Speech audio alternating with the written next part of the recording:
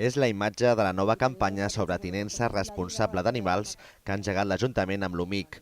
A més de recordar les obligacions dels propietaris respecte als animals de companyia, es fa un especial èmfasi en l'adopció. És molt important conscienciar les persones del que suposa tenir un animal, en un primer lloc, i després del que suposa també l'adopció vers la compra, perquè sí que és cert que existeixen molts prejudicis o que aquests animals estan una mica estigmatitzats. Aquests animals a vegades pateixen una imatge de que no estan educats per estar a una llar o per formar part d'una família, quan en realitat no és aquest el problema.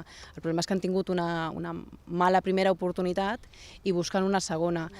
A la campanya es recorda que fer-se càrrec d'un animal de companyia és una decisió que cal prendre amb cura i de manera no impulsiva.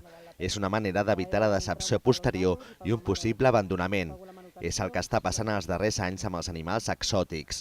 Ho coneixen bé des de l'entitat APAEC, l'Associació Protectora d'Animals Exòtics de Catalunya, que cada any atenen 1 miler d'animals abandonats. A veces hablamos de animales que son muy longevos y que adquieren unas proporciones en edad adulta enormes, como son las iguanas o los grandes loros como guacamayos, y la gente se da cuenta así como de repente de que no les cabe en casa, de que los cuidados que necesitan en realidad son altísimos, de que las instalaciones que necesitan no les caben en la parte del salón que habían pensado.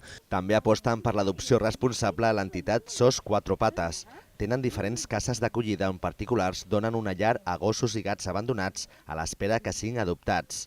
Ara es volen estendre per l'Hospitalet, on 4 famílies hi col·laboren. Prefereixen que els animals abandonats no acabin en gosseres. Evitem les gàbies, no? Pel sol fet d'evitar les gàbies ja estem ajudant i beneficiant a l'animal, no? Viure amb una família, amb les rutines habituals d'una família, el carinyo, és molt diferent.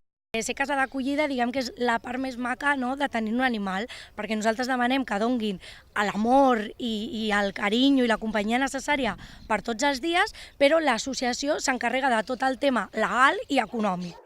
A l'Hospitalet cada any s'abandonen una 60ena de gossos. Amb les cases d'acollida es vol donar una sortida a aquests animals. És el cas de la Lola, una gossa que fa 6 anys la van acollir. La història té un final feliç, ja que la pròpia persona que li va donar una casa temporal va decidir adoptar-la.